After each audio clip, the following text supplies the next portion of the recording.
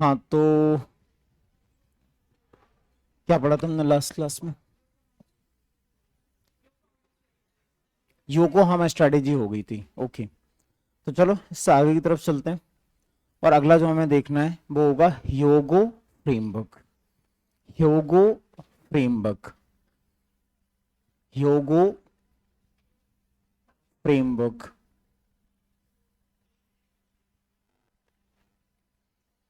अच्छा, नाम से क्लियर है ह्योगो कहाँ पे होगा ये? जापान में। तो जापान में कॉन्फ्रेंस हुई 2005 में, और उसमें एक स्ट्रैटेजी फॉर्मुलेट हुई 2005 से लेकर 15 के बीच में। इसका एक और कारण मैंने आपको बताया था, 2005 से 15 के बीच में मिलेनियल डेवलपमेंट गोल्स भी थे, एमडीजी थे। इस कारण से ये वाले ईयर्स इसके रखे जाते हैं। देन उसके बाद में, अच्छा इसमें की प्रोविजंस क्या रखे गए होंगे?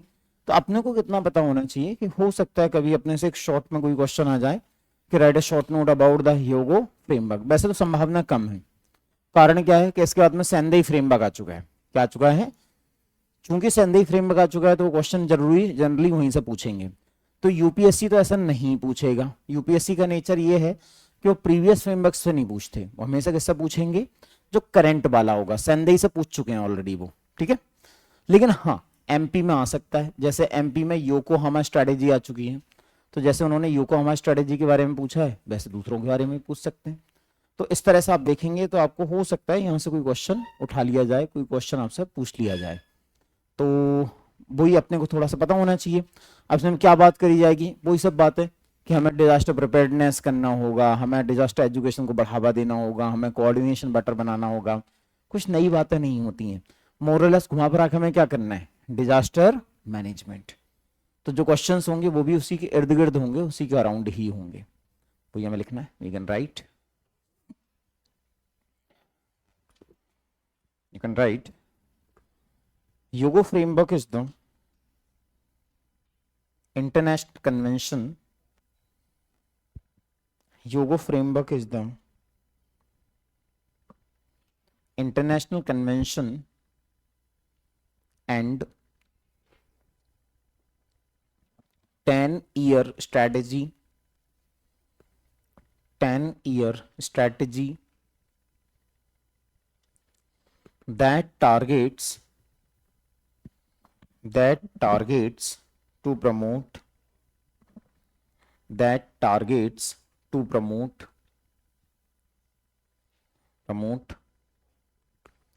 international coordination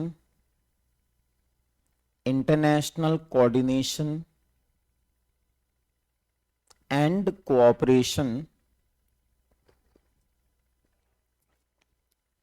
cooperation on disaster management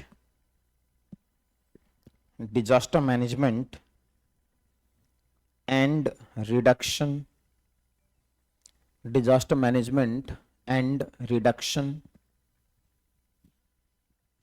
आगे इसमें लिखना, it was formulated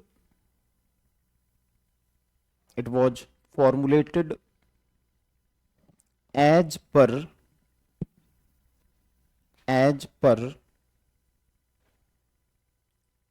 per millennial development goals, as per millennial development goals। ठीक है, चलो इसके की फीचर्स क्या होंगे देख लो। की फीचर्स बहुत ज्यादा नहीं, बस अपने को शॉर्ट में थोड़े से पता हूं। की फीचर्स तो पहला होगा improving the governance,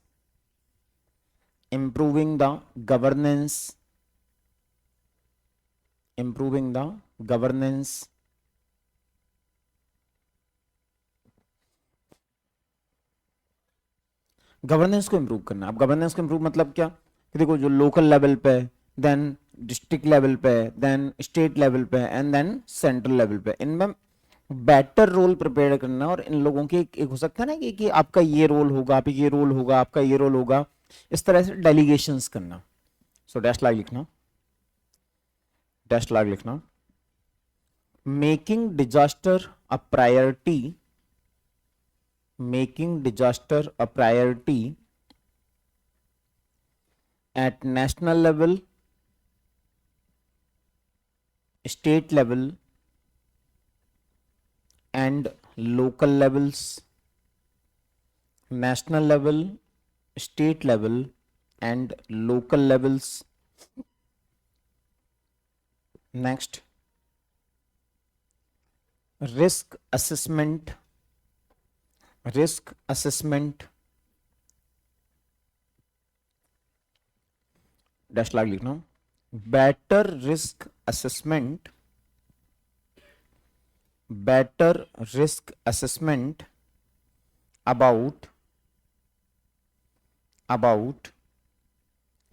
various possible disasters, various possible disasters, various possible disasters for their effective mitigation, for their effective mitigation. Next,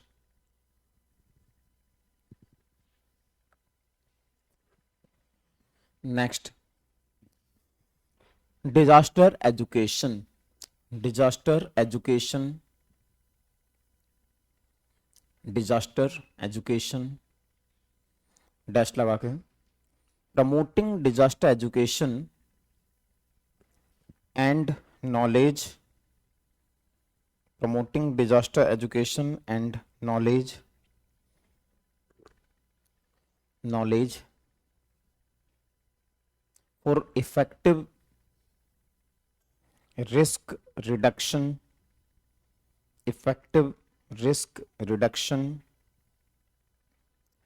Next, preparedness, preparedness dash लगा के, promoting better, promoting better disaster preparedness by strengthening, strengthening disaster mechanism, strengthening disaster mechanism. Next, mitigation,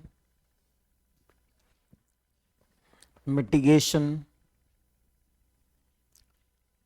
taking all the efforts, taking all the efforts which may help, which may help in reducing the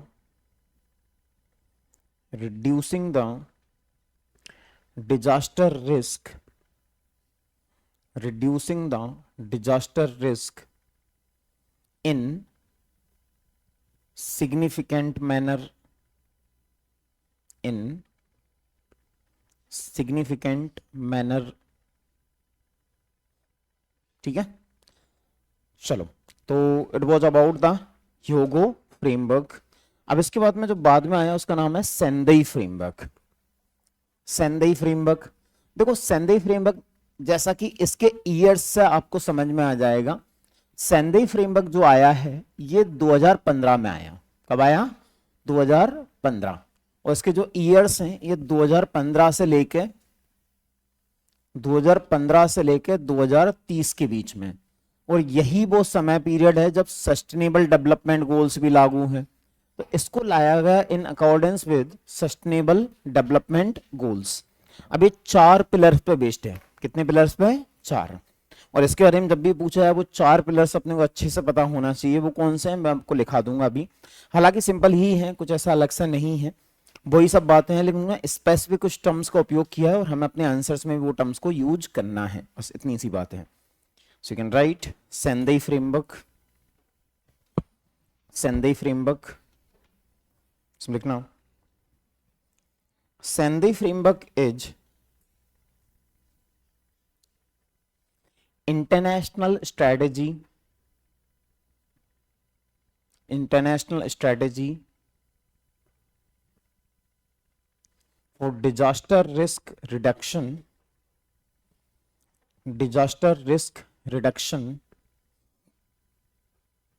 and cooperation, disaster risk reduction and cooperation that targets to reduce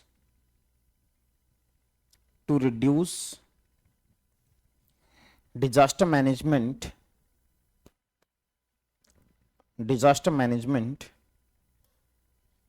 in significant manner. इन अलग है और significant अलग है, एक साथ में लिख दोगे मतलब बदल जाएगा उसका। इन सिग्निफिकेंट मैनर, फुल स्टॉप लगा लिखना। इट इज 15 ईयर ब्रैकेट में लिख दो 2015-30। It is 15 year strategy, 15 year strategy and non-binding agreement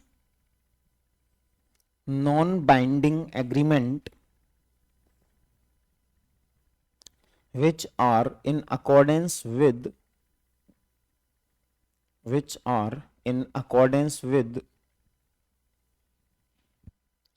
sustainable development goals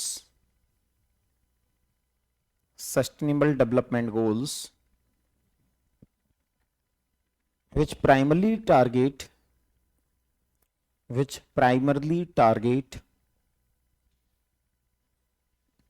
to reduce the disaster risk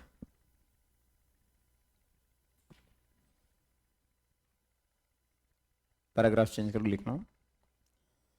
This framework also states that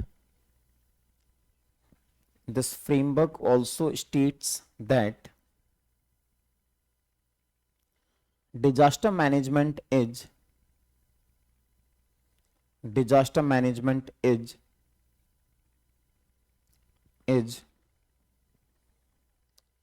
not only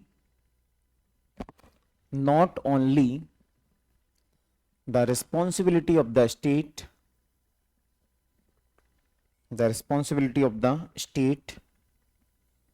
but also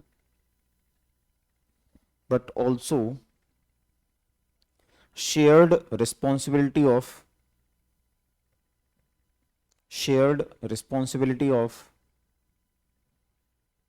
other stakeholders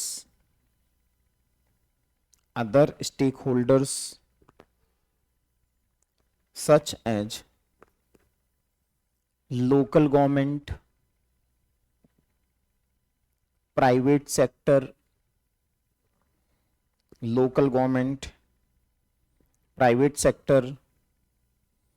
public, etc. ठीक है, इसमें लिखना हो there are four priority areas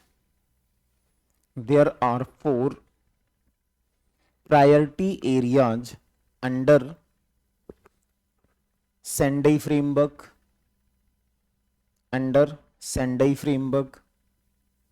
कौन से हैं? पहला जो प्रायोरिटी एरिया है वो होता है अंडरस्टैंडिंग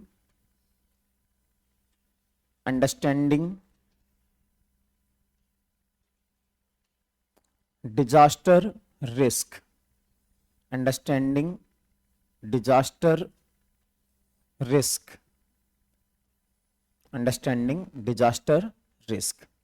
तो पहला प्रायोरिटी एरिया क्या हो गया कि ये समझना कि डिजास्टर रिस्क कहाँ है। तुम अगेन समझो, हमने हर डिजास्टर के पहले क्या बोला? Risk mapping.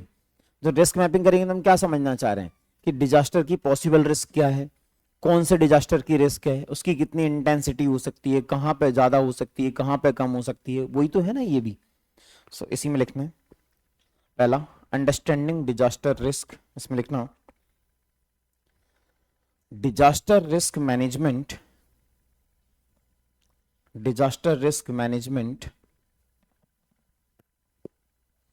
should be based on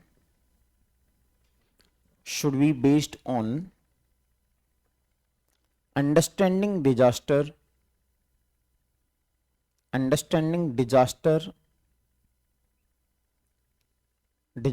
risk in all the dimensions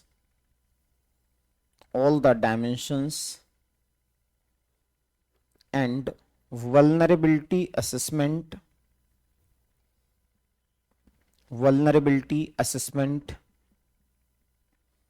comma capacity building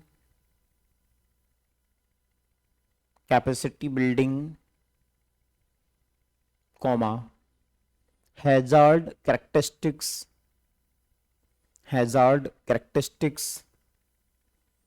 etc. ठीक है, ये पहला वाला अंडरस्टैंडिंग डिजास्टर रिस्क। दूसरा होता है स्ट्रेंथनिंग डिजास्टर रिस्क गवर्नेंस। जो दूसरा इसका पिलर है, अपन यहाँ पे इनके नाम चेंज नहीं कर सकते, ध्यान रखना, अपने को पिलर्स के नाम वही लिखने हैं जो इसमें उपयोग किए गए हैं। Strengthening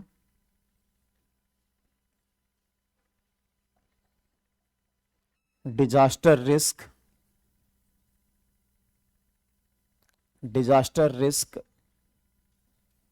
governance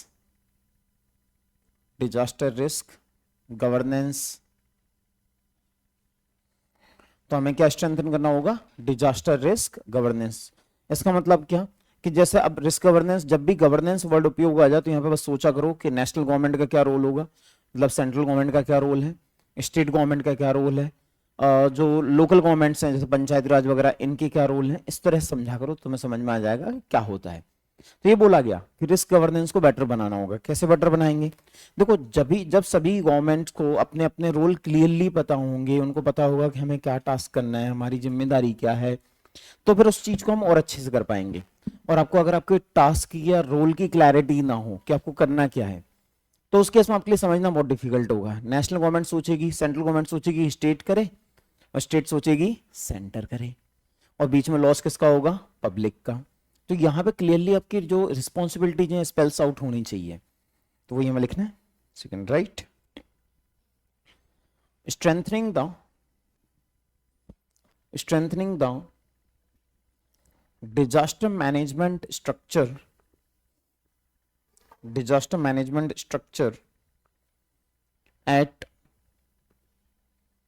at national level, disaster management structure at national level, comma state level and local level, also promoting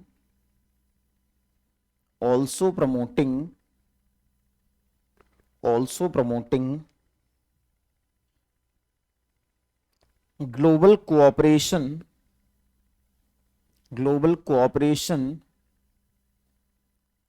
to ensure better mitigation,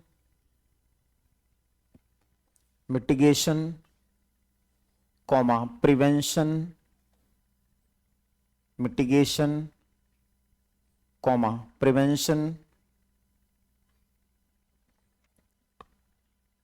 preparedness,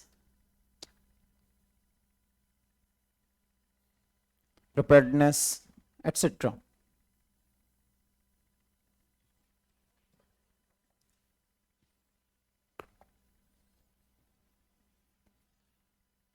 next होगा investing in disaster risk reduction,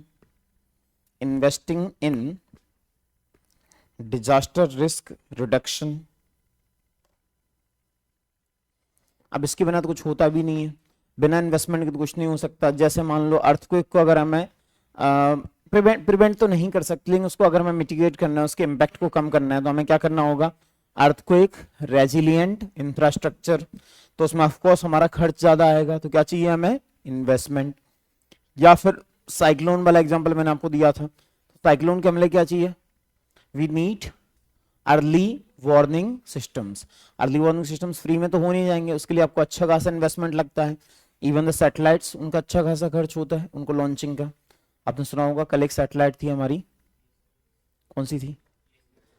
चलो मैं पहले जो पूछता हूँ उसका आंसर जो बोलेगा, जिससे पूछूंगा वही देगा। कितने लोगों को कल पता है कि कल इसरो की सैटेलाइट लॉन्च हुई थी एक? Raise your hands. ठीक है बेटा, कौन सी सैटेलाइट थी? हाँ आपसे बोल रहा हूँ, हाँ। पीएसएलवी की कौन सी, कौन सा मिशन था?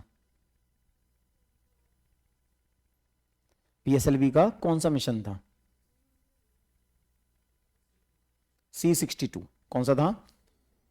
अच्छा उससे कौन सा हमने लॉन्च किया था बैठ जाओ, कौन सा हमने सैटेलाइट लॉन्च किया था? आपके लिए पूरी डिटेलिंग रिक्वायर्ड है, ध्यान रखना, ये तुम्हारे प्रीलिम्स के काम की चीजें हैं सब, ये सब प्रीलिम्स में पूछा जाएगा।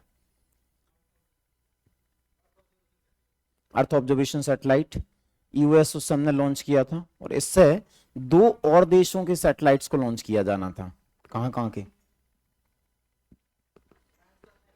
नहीं, मन से मत दो, पता हो तो ही बोलो।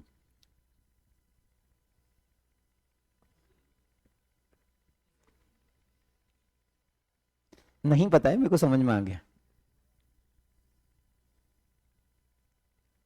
Brazil and Nepal. कहाँ कहाँ के थे? Brazil and Nepal.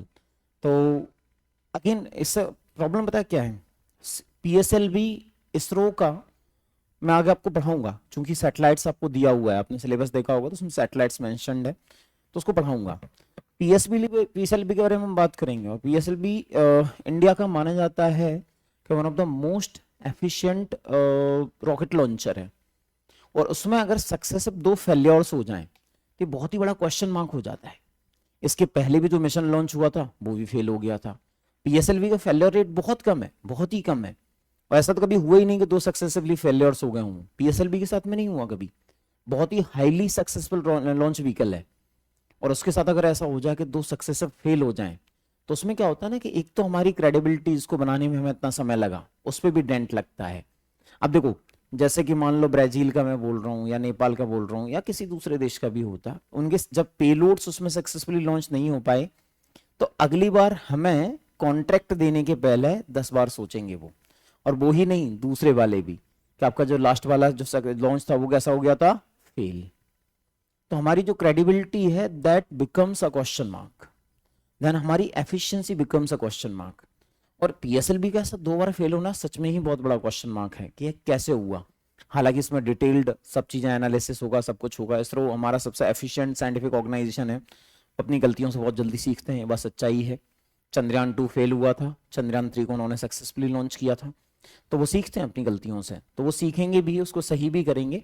अभी हाल फिलहाल हमारे काम की चीज ये है कि उसमें पूछा जाएगा आपसे 3-4 चीजें। ये न्यूज को थोड़ा ढंग से पढ़ा करो, जब भी लगे कि न्यूज आपके काम की है उसको अच्छे से पढ़ा करो। जैसे आज की मैं पेपर पढ़ रहा था, उसमें 2-3 न्यूज आपके काम की बहुत है, यहाँ से प्रीलिम्स में क्वेश्चंस फॉर्म हो सकते हैं। जैसे एक न्यूज तो यही पीएसएलवी वाली, इसमें एक और चीज बोली गई कि जो पीएसएलवी है ये, इसमें एक तो मैंने बोला कौन सा मिशन है, तो कौन सा था? C62। देन आपसे पूछा जाएगा कि बताओ उससे कौन सी सैटेलाइट लॉन्च होनी थी? EOS, earth observation satellite. कौन से देश की इसमें सैटेलाइट्स थी? 2 याद रखना, ब्राजील एंड नेपाल।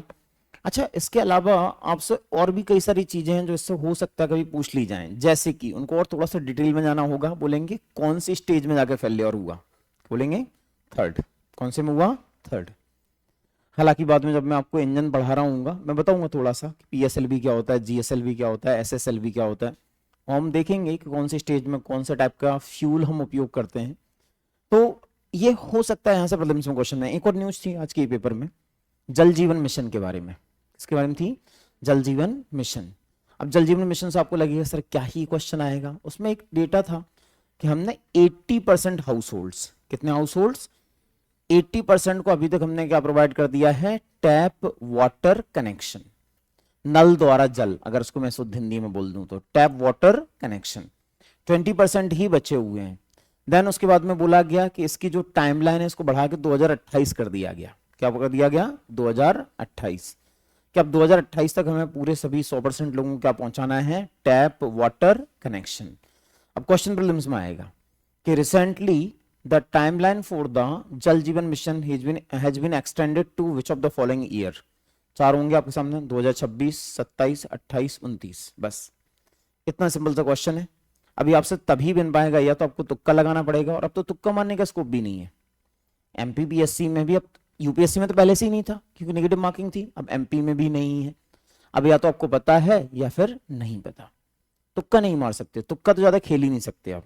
एक तरह से अच्छा भी हुआ, ये उन बच्चों के साथ में थोड़ा सा न्याय होगा जो पढ़ के जाते हैं, ये उनके साथ में थोड़ा सा हमने हित सुनिश्चित किया है जिन लोगों ने एक्चुअल पढ़ाई करी होती है। कई बार ऐसा होता है, कई लोग होते हैं, मैं तो जानता हूँ पर्सनली 2-3 को, मतलब पता नहीं क्या है यार कि वो तुक्के मारते हैं उनका सही बैठते हैं, पता नहीं क्या है, मतलब वो वैसे तुक्के मार देंगे उनका सही बैठ जाएगा। तो मुझे लगता है कि यार इनके तो तुक्के ही सही बैठ जाते हैं, इनसे वो बच्चे जो एक्चुअल में पढ़ के जाते होंगे उनका तो बहुत ही ज्यादा लॉस होता होगा। हालांकि सबके साथ में ऐसा नहीं होता, लेकिन फिर भी ये तरीका सही है, नेगेटिव मार्किंग होना ही चाहिए, होना ही चाहिए। जितने भी ऑब्जेक्टिव टाइप क्वेश्चंस होते हैं, एग्जाम होती है, नेगेटिव मार्किंग होना चाहिए।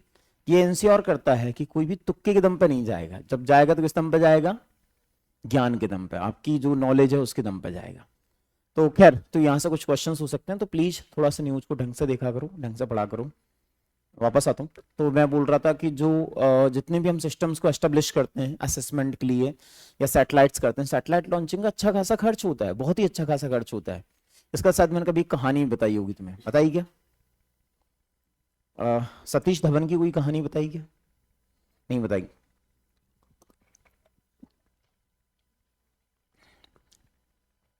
प्रोफेसर सतीश धवन थे, ये एक्चुअली इसरो के डायरेक्टर हुआ करते थे। तो 1978 में, उस समय हमारे पास में लॉन्चिंग व्हीकल नहीं था। लॉन्चिंग व्हीकल समझते हो ना, जिससे हम सैटेलाइट को लॉन्च करते हैं। तो हम एक लॉन्चिंग व्हीकल पर काम कर रहे थे, इसका नाम था SLV-3। क्या नाम था? SLV-3। SLV-2 था, लेकिन उसकी कैपेसिटी इतनी ज्यादा थी नहीं कि हमें कुछ भी लॉन्च कराना होता तो हमें दूसरी जगह से ही करवाना होता था। तो SLV-3 पे हम काम कर रहे थे।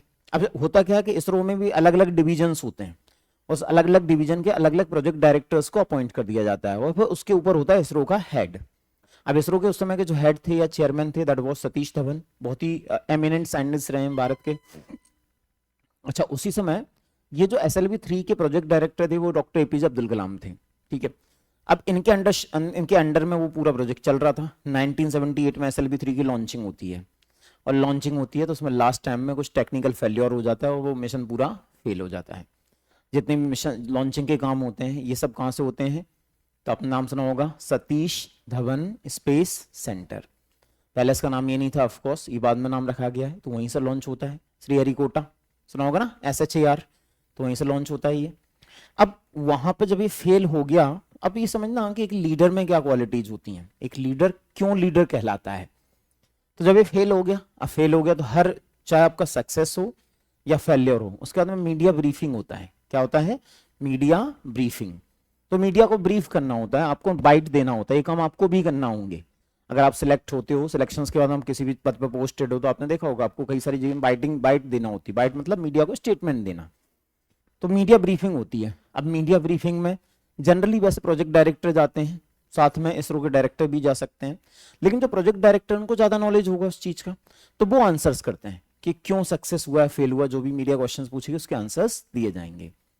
लेकिन सतीश धवन उनको बोलते हैं कि मैं जाऊंगा ब्रीफ करने, और जाके बोलते हैं मीडिया को कि हाँ आज हमारा एक लॉन्च था और ये फेल हो गया है, और फेल हो गया है और इसको हम सुधारने का प्रयास करेंगे, लेकिन अभी ये फेल हो गया है। तो मीडिया उनसे बोलती है कि आपने 400 करोड़ रुपए, आपने जो भी उस समय का फिगर था एग्जैक्टली मुझे याद नहीं है, इतने रुपए तो आपने बे ऑफ बंगाल में उड़ा दिए, बंगाल की खाड़ी में उड़ा दिए।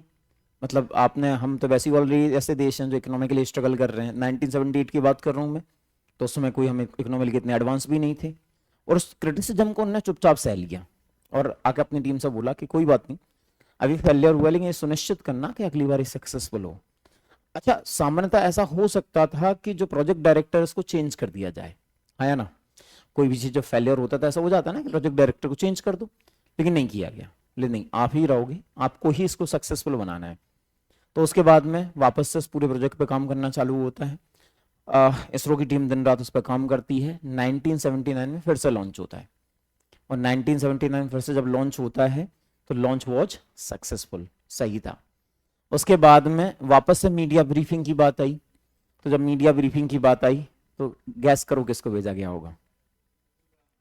डायरेक्टर को। कौन सा डायरेक्टर? प्रोजेक्ट डायरेक्टर को। इसरो के चेयरमैन बोलते हैं सतीश धवन कि जाओ मीडिया को ब्रीफ करके आओ। तो ये लीडर की क्वालिटी को दिखाता है कि जब आपकी टीम फेल होती हो ना तो आप फॉरवर्ड आते हो, आप सामने आते हो, और जब आपकी टीम सक्सेसफुल होती है तो आप टीम को सामने करते हो, क्रेडिट किसको देते हो? टीम को।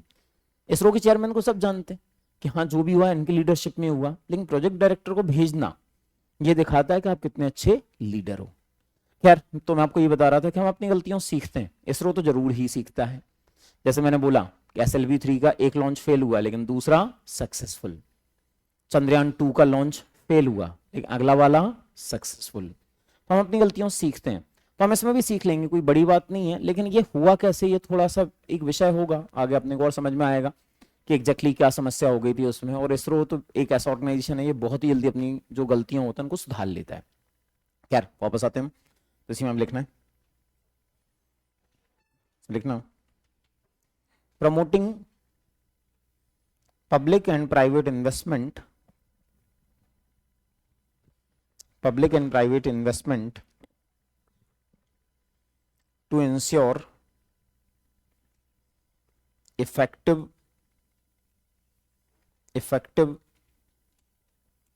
disaster risk reduction through structural and non-structural efforts, through structural and non-structural efforts at various levels,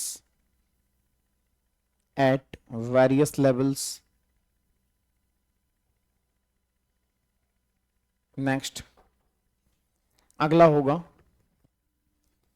fourth वाला,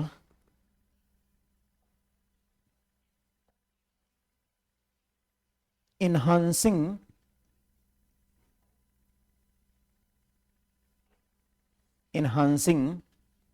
disaster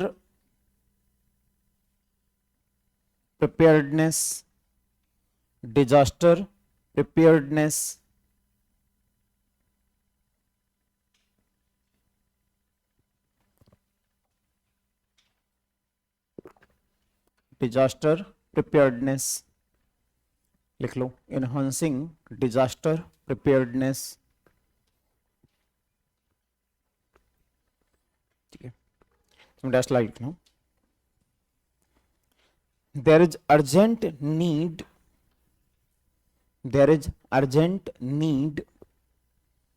to strengthen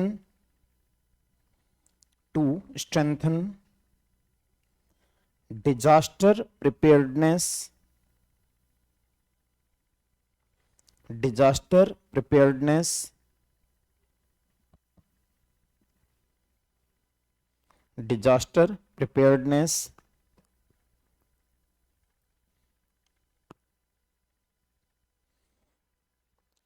at all levels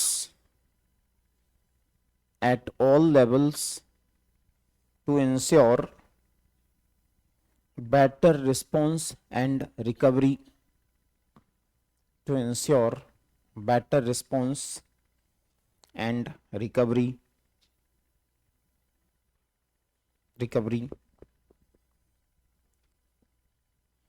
लिखना रिकंस्ट्रक्शन एंड, इसी में आगे लिखना reconstruction and rehabilitation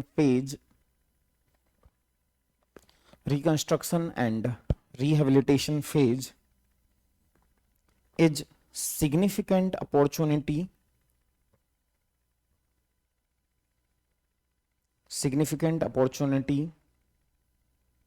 to build better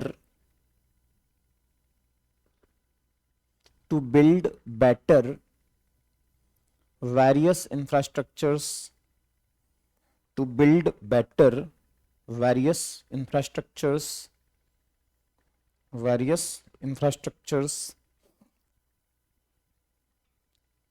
next. हाँ तो ये चारों हो गए। अब मैं वैसे नॉर्मली आपने देखा होगा मैं इतना कोई लंबा चौड़ा लिखता नहीं हूँ कभी भी, लेकिन मैंने इसमें लिखा, क्यों लिखा, ताकि आप समझ जाओ कि इसमें अपने को एक्चुअली जब ऐसी चीजें आ जाएं तो इनको याद कैसे करना है। जैसे इनको एग्जैक्टली आपको याद होना चाहिए, चारों ही याद होना चाहिए, क्योंकि चारों उसके पिलर्स बताए गए हैं। तो अब इसमें से आप कोई भी कुछ वर्ड्स उठा लो, क्या कर लो, कोई भी वर्ड जिससे आपको पूरा याद रह जाए, ठीक है। जैसे एग्जाम्पल के तौर पे सपोज यहां से हमने अंडरस्टैंडिंग ले लिया, क्या ले लिया, अंडरस्टैंडिंग, या फिर यहां से हमने ले लिया स्ट्रेंथनिंग, यहां से इन्वेस्टिंग, और यहां से मान लो ले लिया प्रिपेयर्डनेस, क्या ले लिया। आप अपने हिसाब से कोई सा भी चूज कर सकते हो, दैट्स अप टू यू, बस तुम्हें सही याद रहना चाहिए, ये ध्यान रखना बस। अब इन चारों को मिला के हम कोई निमोनिक बना लेते हैं, क्या कर लेते हैं, निमोनिक। जैसे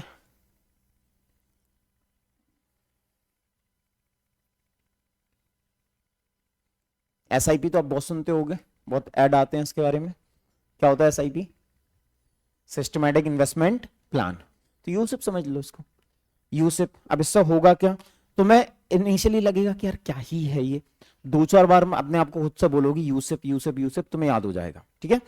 अब यू का मतलब यहां पे क्या हो जाएगा, तुम्हें एग्जाम में बस यू याद आ जाए तुम समझ जाओगे, अंडरस्टैंडिंग डिजास्टर रिस्क। एस मतलब तुम्हें जैसे ही याद आ जाएगा तुम्हें याद आ जाएगा स्ट्रेंथनिंग, आई मतलब इन्वेस्टिंग, एंड पी मतलब प्रिपेयर्डनेस। तुम पिलर्स नहीं भूलोगे, जहां पे भी तुम्हारे पास में मल्टीपल पॉइंट्स हो और जो तुम्हें याद हो। जैसे बाकी सब में मैंने ऐसा कुछ नहीं बताया क्योंकि उसमें ऊपर नीचे भी चलेगा, लेकिन कहीं नहीं चलेगा, जैसे इसमें नहीं चलेगा, इसमें एग्जैक्टली आपको याद होना चाहिए। तो ऐसे केस में ऐसे निमोनिक्स बना लिख लो, दे हेल्प अलॉट। इससे क्या होता है ना, एग्जाम में आपको बड़ी सहूलियत हो जाती है। चलो तो याद रहेगा ये। अब इसमें इन्होंने गोल्स भी बताए हैं, क्या बताए हैं, गोल्स, कि हमें कब तक क्या करना है। तो लिख लो goals of the Sendai framework, goals of the Sendai framework. अच्छा, जितने भी गोल्स होंगे कौन से ईयर्स तक के लिए होंगे, 2030। तो लास्ट में सबके लगे रहेगा बाय 2030, क्योंकि टारगेट कब तक का है, 2030। सो पहला पहला significantly reduce global disaster mortality, global disaster mortality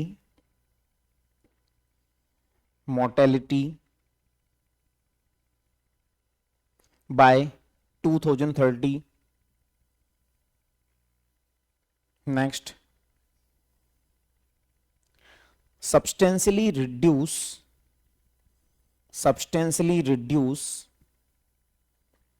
number of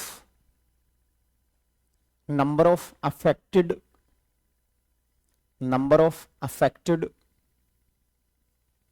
people by 2030। next, reduce economic losses of the disaster, reduce economic losses of the disaster। Again सबके टारगेट कब तक है, 2030, तो बार बार बोलने की जरूरत नहीं है। Economic losses of the disasters. Next, substantially reduce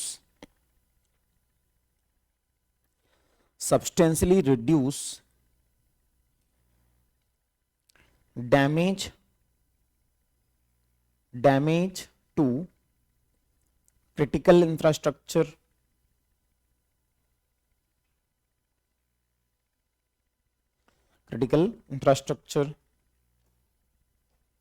next, increase the number of countries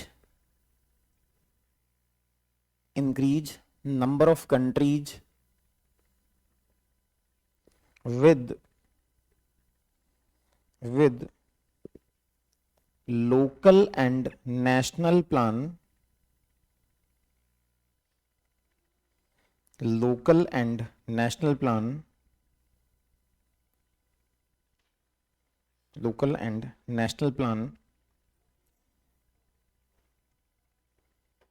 for the disaster risk reduction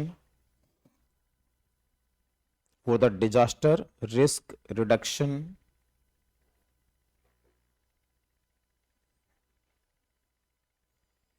next substantially increase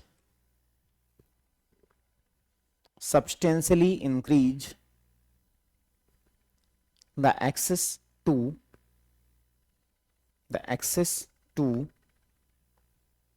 early warning systems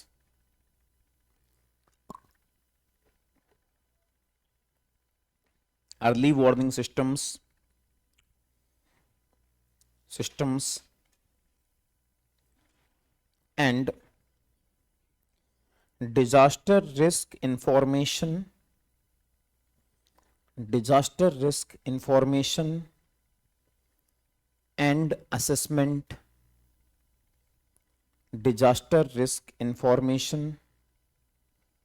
and assessment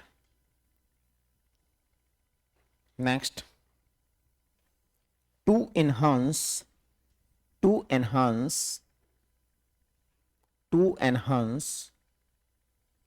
international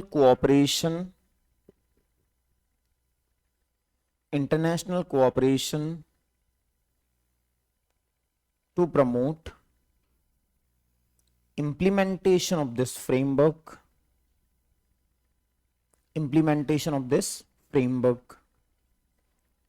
ठीक है। तो ये था संडे फ्रेमवर्क के बारे में।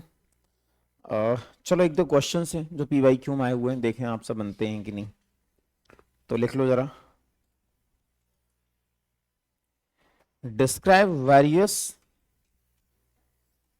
efforts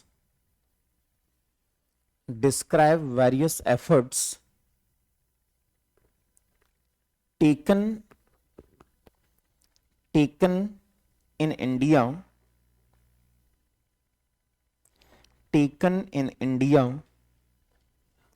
before and after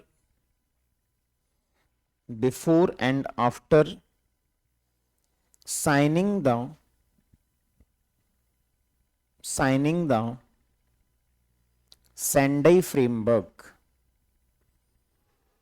Sendai framework। चलो, तो ये क्वेश्चन है, ये एक्चुअल में मेंस में आ चुका है। अब आप मुझे बताओ, आप में से कौन इसको फॉर्मेट कर सकता है या कौन बता सकता है इसका आंसर क्या होना चाहिए? पढ़ लो अच्छे से, what is the demand of the question. और ये आपको पता है, यूपीएससी में ऑलरेडी पूछा जा चुका है, वैसे ये उसी का PYQ है।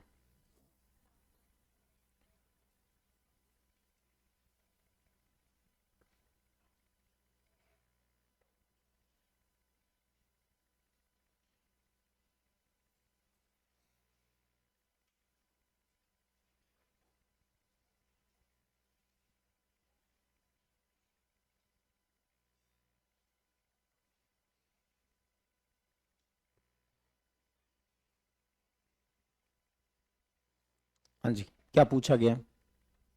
कुछ समझ में आ रहा है क्या पूछा गया है?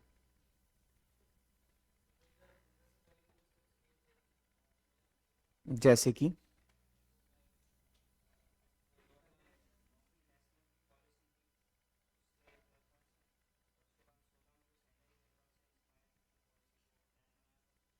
बस उतना ही लिखना चाहिए। हाँ जी, आप कुछ बोल रहे थे। हम्म हम्म हम्म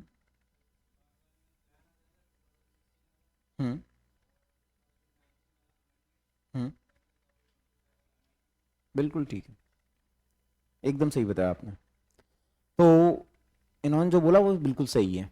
यहाँ पे एक्चुअली क्वेश्चन सेंदई फ्रेमवर्क से नहीं है, अगर आप समझ पाए हो तो। किससे नहीं है? वो मेंशन हम देखते हैं कई बार, तो हमें लगता है सेंदई फ्रेमवर्क पूछा गया तो उसके बारे में हम लिख देंगे, जबकि उससे क्वेश्चन है ही नहीं है, डिमांड कुछ और है। और डिमांड कहाँ से है? वो टाइमलाइन याद है? टाइमलाइन याद है? क्वेश्चन वहीं से है। अब आप मुझे बताओ, इस क्वेश्चन में अगर वो टाइमलाइन आप बनाओगे और बीच में डिवीजन कौन सा बना दो? Sendai framework. बस क्या करना है अपने को, बीच में डिवीजन क्या बना देना है? Sendai framework. स्टार्टिंग कहां से करना है? 2005 से। कहां से करोगे? उससे पहले का भी बता सकते हो, लेकिन उतना जरूरी नहीं है कि हाँ मतलब 1990 में ये किया, 2002 में किया, इतना नेसेसरी नहीं है। तो अब सेंदेई फ्रेमवर्क बीच वाला पॉइंट हो जाएगा, इसके पहले और इसके बाद में। तो वही 2005 वाला जो कानून हम लेके आए, देन 2009 में हमने क्या लेके आए, पॉलिसी, देन उसके बाद में 2015 में क्या आता है, सेंदेई फ्रेमवर्क, तो उसके अकॉर्डेंस में हम क्या लेके आए, प्लान। फिर हमने पॉलिसी में कुछ किए अमेंडमेंट, और रिसेंट में हमने किसमें अमेंडमेंट किए, नेशनल डिजास्टर मैनेजमेंट एक्ट।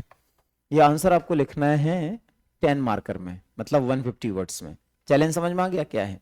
सबके बारे में बहुत कम कम लिख पाओगे, ऐसा नहीं है कि सबको डिटेल में लिख पाओ, और यही चैलेंज है।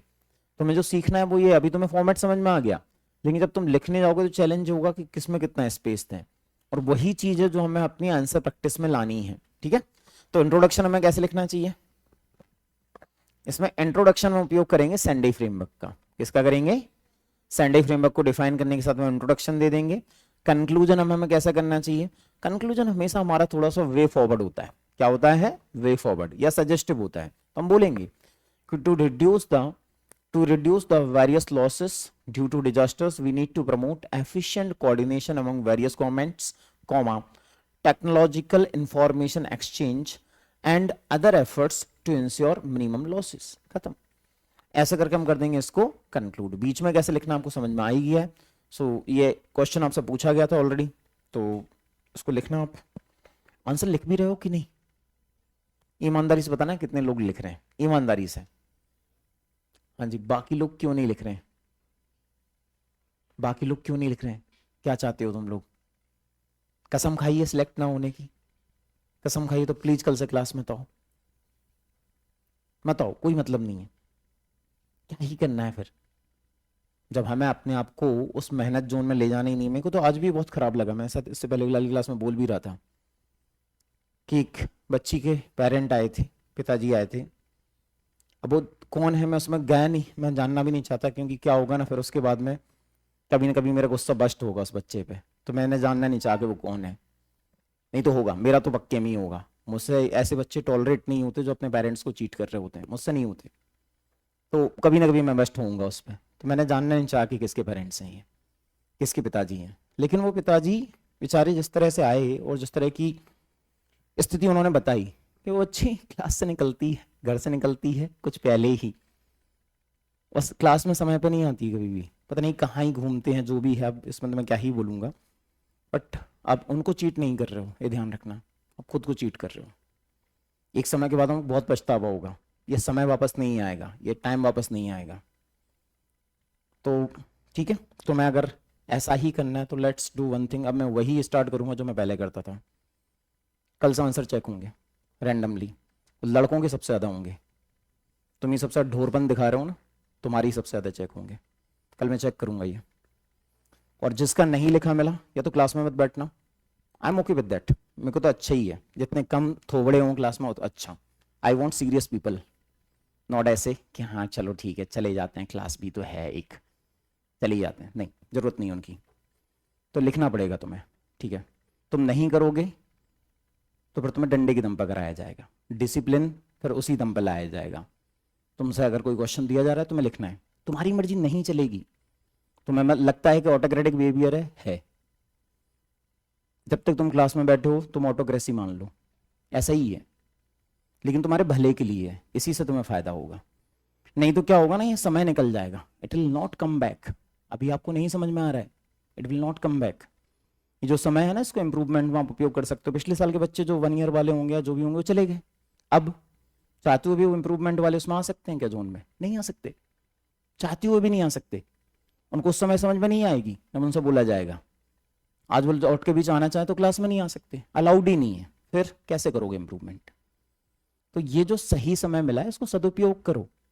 तुम्हें ये प्रैक्टिसेस जरूर ऐसा लगती होंगी कि यार क्या ही है, सर रोज दे देते हैं, तुम इनका सिग्निफिकेंस अभी नहीं समझोगे until you go for the mains, और वहां तुम्हें समझ में आएगा कि यार टेस्ट सीरीज में मार्क्स नहीं आ रहे हैं, लगेगा यार क्यों नहीं आ रहे हैं, कहाँ गलती हो रही है। तो उससे बेहतर है आज एनालाइज करो। The more you right the more you learn. तुम्हें सोचना है कि तुम्हें आसान तरीके से सीखना है, हार्ड तरीके से सीखना है, तो आसान तरीके से सीख लो, क्लास में सीख लो, ज़्यादा अच्छा होगा। वहाँ सीखना समझना बहुत मुश्किल होगा। तो हर साल मैं बच्चों को देखता हूँ, हर साल लगभग ऐसा करता हूँ। इस बार तो मैंने लेकिन बहुत आंसर्स दिए हैं, बहुत ज़्यादा। इस बार I have been intensely focused on this कि आप लोगों की आंसर राइटिंग प्रैक्टिस बहुत अच्छी से हो, इंटेंसली फोकस्ड हर टॉपिक में से, हर टॉपिक में से। वो इसी कारण से कि तुम्हें दो चीज़ समझ में आए, एक जो हम पढ़ रहे हैं क्वेश्चंस उसके इर्द गिर्द ही होते हैं, और यूपीएससी मेंस वाले बात कर रहा हूँ, ताकि तुम्हें ये ना लगे कि हम किस लेवल का पढ़ रहे हैं। हम उस लेवल का पढ़ रहे हैं जो तुम्हारे लिए टफेस्ट हो सकता है। दूसरा ये कि तुम्हें ये समझ में आए कि अपनी स्ट्रक्चरिंग कैसे करनी है, आंसर्स को कैसे देना है, किस फॉर्मेट में देना है। नहीं तो हम कुछ भी लिखेंगे जैसे हम कॉलेज में लिखते हैं, तो वहां तो कुछ भी मार्क्स मिल जाते हैं। यहाँ तो तुम, यहाँ पे तो ऐसा नहीं है ना, अपने को पास करना है, अपने को कंपटीशन है, एक सर्टेन कट ऑफ है क्लियर करना है, सिर्फ पास नहीं करना है। तो प्लीज ये मत करो, अपने आप से धोखा मत करो। और मैं तो अपनी क्लास में जो करवाना है मैं करवा लूंगा, मतलब तुम नहीं प्यार से करोगे तो फिर मैं उस तरीके से करवा लूंगा, चाहो क्लास ही मत हो, मैं अलाउ ही नहीं करूंगा until you start doing that writing। और किसी को स्पेशल ट्रीटमेंट नहीं है, ये भूल जाना, चाहे लड़की हो या लड़के हो, यू आर सेम। तो तरीका भी सेम होगा, क्लास से भगाऊंगा तो सभी को भगाऊंगा, मुझे फर्क नहीं पड़ता अगर पूरी क्लास को भी भगाना पड़ जाए, अगर नहीं लिखोगे तो आई डोंट केयर। इस मामले में कम से कम आपको डिसिप्लिन्ड होना पड़ेगा, गेट इट वेरी स्ट्रेट, ठीक है। और कुछ थोड़े तो मेरे माइंड में है, जब भी मैं पूछता हूँ कि लिखा क्या, तो इनके हाथ तो उठते ही नहीं है। यू पीपल, मतलब कल तो मेरी नजर में रहोगे तुम लोग, कल तुमसे ही देखूंगा सबसे पहले मैं। सो लिखे होना चाहिए, दूसरा दे रहा हूं वो भी लिखा होना चाहिए।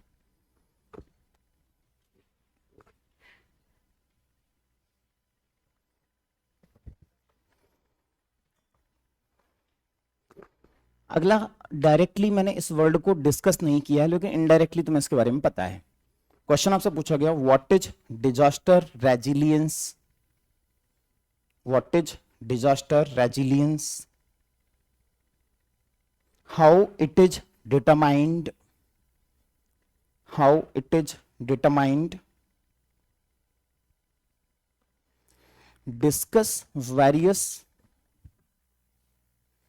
discuss various elements of the resilience framework,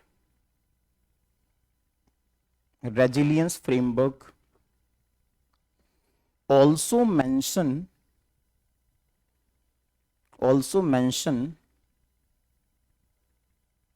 the global targets of the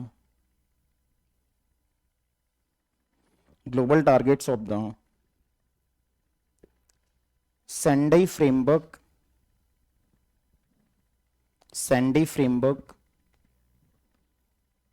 for the disaster risk reduction, Sendai framework for the disaster risk reduction। Question समझ में आए? गैस करो कितने वर्ड्स में होना चाहिए। इतना लंबा चौड़ा क्वेश्चन है, कई सारी चीजें पूछी तो 250 वर्ड्स में ही है, पूछा गया क्वेश्चन है। अब क्या पूछा उन्होंने कि डिजास्टर, अच्छा एक और चीज है, प्लीज किसी वेबसाइट के आंसर्स कॉपी मत करना। मैं तुम्हें दे रहा हूं चूंकि PYQ है, तुम्हें वेबसाइट्स में मिल जाएंगे, तुम कॉपी कर भी लोगे, तुम मुझे दिखा भी दोगे, उससे तुम्हारा ही लॉस होगा, फायदा नहीं होगा।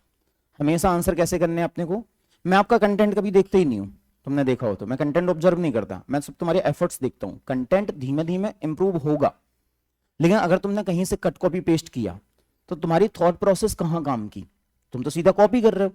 तो हमारा ब्रेन स्टॉर्मिंग तो वो ही नहीं, वहां एग्जाम में जरूरी थोड़ी कि रिपीट हो, कुछ और आएगा। तो हमारे लिए जरूरी है ब्रेन स्टॉर्मिंग प्रोसेस में जाना, आंसर्स इसलिए लिखना है ताकि हमारा दिमाग उस दिशा में काम करने लगे। कट कॉपी पेस्ट मत करना, तुम भले ही कितना भी गंदा लिखो, लेकिन वो गंदे लिखने से ही इंप्रूवमेंट होगा। कट कॉपी पेस्ट करोगे तो एग्जाम में गंदा लिख के आओगे। हमें इंप्रूवमेंट करना है, we have to improve the framework, we have to improve the mind, उस दिशा में कम से कम। So please cut copy paste मत करना, तुम्हें जो समझ में आया लिखना। ये इसके, अब इसमें आप देख रहे होगे तो क्या पूछा उन्होंने, डिजास्टर रेजिलियंस। हालांकि डायरेक्टली मैंने टर्म आपको नहीं लिखाई, लेकिन इनडायरेक्टली मतलब इसका बहुत समझा हमने। बार बार हम क्या बोलते थे, डिजास्टर रेजिलियंट इंफ्रास्ट्रक्चर, बार बार ये टर्म उपयोग हुई है। इसका मतलब क्या होता था, ऐसा इंफ्रास्ट्रक्चर जो कैसा हो, रॉबस्ट हो, ऐसा इंफ्रास्ट्रक्चर जो अपने आप में क्या हो, स्ट्रांग हो। तो डिजास्टर रेजिलियंस का मतलब क्या हुआ, कि ऐसा फ्रेमवर्क डेवलप करना जो डिजास्टर्स के लिए कैसा हो, स्ट्रॉन्ग हो, रॉबस्ट हो, जो डिजास्टर्स के रिस्क को मिनिमाइज करे, उससे होने वाले लॉसेस को मिनिमाइज करे, वो क्या हो जाएगा अपने आप में, डिजास्टर रेजिलियंस। आगे उन्होंने बोला है हाउ इट इज डिटरमाइंड, कि कैसे डिटरमाइंड होता है। अब गैस करो कैसे डिटरमाइन होना चाहिए। हमें अगर देखना हो किसी कंट्री का इंफ्रास्ट्रक्चर डिजास्टर रेजिलियंट है या नहीं है, हमें देखना हो कि वहां का फ्रेमवर्क डिजास्टर रेजिलियंट है या नहीं है, तो कैसे देखेंगे हम, किस आधार पे। चलो मैं 2 एग्जांपल देता हूं आपको, south Sudan and Japan. Japan क्यों, क्यों? तो इससे तो रेजिलियंट थोड़ी हो जाते हैं। किस आधार पे? तुमने बोला प्रिपेयर होते हैं, गिनाओ मुझे कैसे प्रिपेयर होते हैं, किस आधार पे? बिल्कुल वो होगा। हम जब भी बोल रहे हैं कि हाउ इट इज डिटरमाइंड, कोई कंट्री डिजास्टर अब यही तो तुम्हारा दिमाग काम करेगा, ये सब चीजें वो हैं तुमने पढ़ी हैं। यूपीएससी बस यही हिसाब से खेल सकता है। एमपी में तो सीधे क्वेश्चंस होंगे, तो उसमें तो ज्यादा कुछ ऐसा है नहीं है, वो बस ऐसे घुमा सकते हैं आपको। कहीं पे भी आपको देखना हो कि डिजास्टर रेजिलिएंट है या नहीं है, कैसे देखोगे? क्या क्या उनके पास में अर्ली असेसमेंट की कैपेबिलिटी है या नहीं है? और अर्ली असेसमेंट किस आधार पर देखा जाएगा? टेक्नोलॉजिकल, अर्ली वार्निंग सिस्टम्स की बात करी ना हमने। या फिर हम देखेंगे कि अच्छा उनके पास में डिजास्टर रेजिलिएंट इंफ्रास्ट्रक्चर है कि नहीं है। तो हाउ इट इज डिटरमाइंड में कौन होगा? इंफ्रास्ट्रक्चर। कि इंफ्रास्ट्रक्चर कमजोर वाला है या स्ट्रांग वाला है। मैंने आपको क्लासेस में ही कई बार बोला कि जापान में थोड़े बहुत रिक्टर स्केल का अगर अर्थक्वेक आएगा तो उससे ज्यादा असर होता भी नहीं है, उससे आपको दिखाई देगा कि बहुत ज्यादा कुछ असर नहीं हुआ, कि हाँ ठीक है, मतलब इस टाइप से ही रहता है। बहुत ज्यादा ही इंटेंसिटी का आ जाए तो बात अलग है, लेकिन वही अर्थक्वेक अगर उस इंटेंसिटी का अफ्रीका में कहीं पे आ जाए तो होने वाले लॉसेस ज्यादा होंगे। क्यों? क्योंकि इंफ्रास्ट्रक्चर रेजिलिएंट नहीं है। तो इसका मतलब कैसे डिटरमाइंड होगा? जो दूसरा वाला डायमेंशन उन्होंने बोला, इसका एक डायमेंशन क्या हो सकता है? इंफ्रास्ट्रक्चर। एक होगा रिस्पॉन्स मैकेनिज्म। क्या होगा? Response mechanism. क्या आपके पास में फोर्सेस वगैरह हैं कि नहीं? रिस्पॉन्ड कौन करेगा? फोर्सेस। जैसे 2005 के पहले हमारे पास में वैसे कोई ऐसे फोर्स नहीं थे। अभी तो कौन है? अच्छा एनडीआरएफ नहीं पढ़ा है ना अभी मैंने, प्लीज क्लियर लाना कि एनडीआरएफ के बारे में पढ़ाना है, ठीक है ना? एनडीआरएफ से क्वेश्चन आया हुआ है। तो ऐसे फोर्सेस जैसे कि एनडीआरएफ वगैरह तो हमारे पास में नहीं थे पहले, लेकिन अब हमने इसको बनाया है। ये डेडिकेटेड फोर्स, इनका एक ही काम है। क्या काम है इनको? सिर्फ डिजास्टर मैनेजमेंट पे फोकस करना। जब आप कहीं पे आर्मी को, एयरफोर्स को, नेवी को डिप्लॉय करते हो, वो उनका प्राइमरी गोल नहीं होता है। आर्मी का काम होता है थल सेना का युद्ध करना, एयरफोर्स का काम होता है एयर में युद्ध करना, नेवी का काम होता है जल में युद्ध करना। उनका प्राइमरी काम वो है, ना कि डिजास्टर मैनेजमेंट। वो तो आप उनको एडिशनली किसी रिस्पॉन्सिबिलिटी पे लगा दो। ये कुछ वैसे ही हुआ कि टीचर्स का प्राइमरी काम क्या होता है? पढ़ाना, लेकिन उसको जनसंख्या सर्वेक्षण में भी लगा दिया आपने, उनको टीकाकरण में भी लगा दिया, दूसरी जगहों पे भी लगा दिया। ये कुछ वैसे ही है। तो आपके पास में डेडिकेटेड फोर्स है कि नहीं है, यही दिखाएगा कि आप कितना आप उसके लिए कैसे डिटरमाइन होगा। Describe the various elements of the resilience framework. तो वेरियस एलिमेंट्स में क्या आएगा? कि risk assessment capability, risk mapping, prevention, mitigation. पीछे हमने जो लंबे चौड़े वर्ड्स को उपयोग करें वही हैं ये। लास्ट में क्या बोला उन्होंने? Also mention the targets, just लिखे अभी हमने, global targets of the Sendai framework. लिख पाओगे? तो तुमसे जो लिखते बने वो ठीक है, कल तो मैं नहीं बनेगा, मैं फिर से डिस्कस करूंगा, but please do attempt and बिना किसी जगह देखे। हमें जो आंसर्स करने हैं कट कॉपी पेस्ट मत करना, उससे आपका ही लॉस होगा। बिना देखे लिखना है, हमें सीखना है, हमें लर्निंग प्रोसेस में जाना है, ना कि हमें इसमें इमिटेट करना है किसी उसको। ठीक है? तो चलो आज के लिए इतना बहुत है, हम मिलते हैं अगली क्लास में।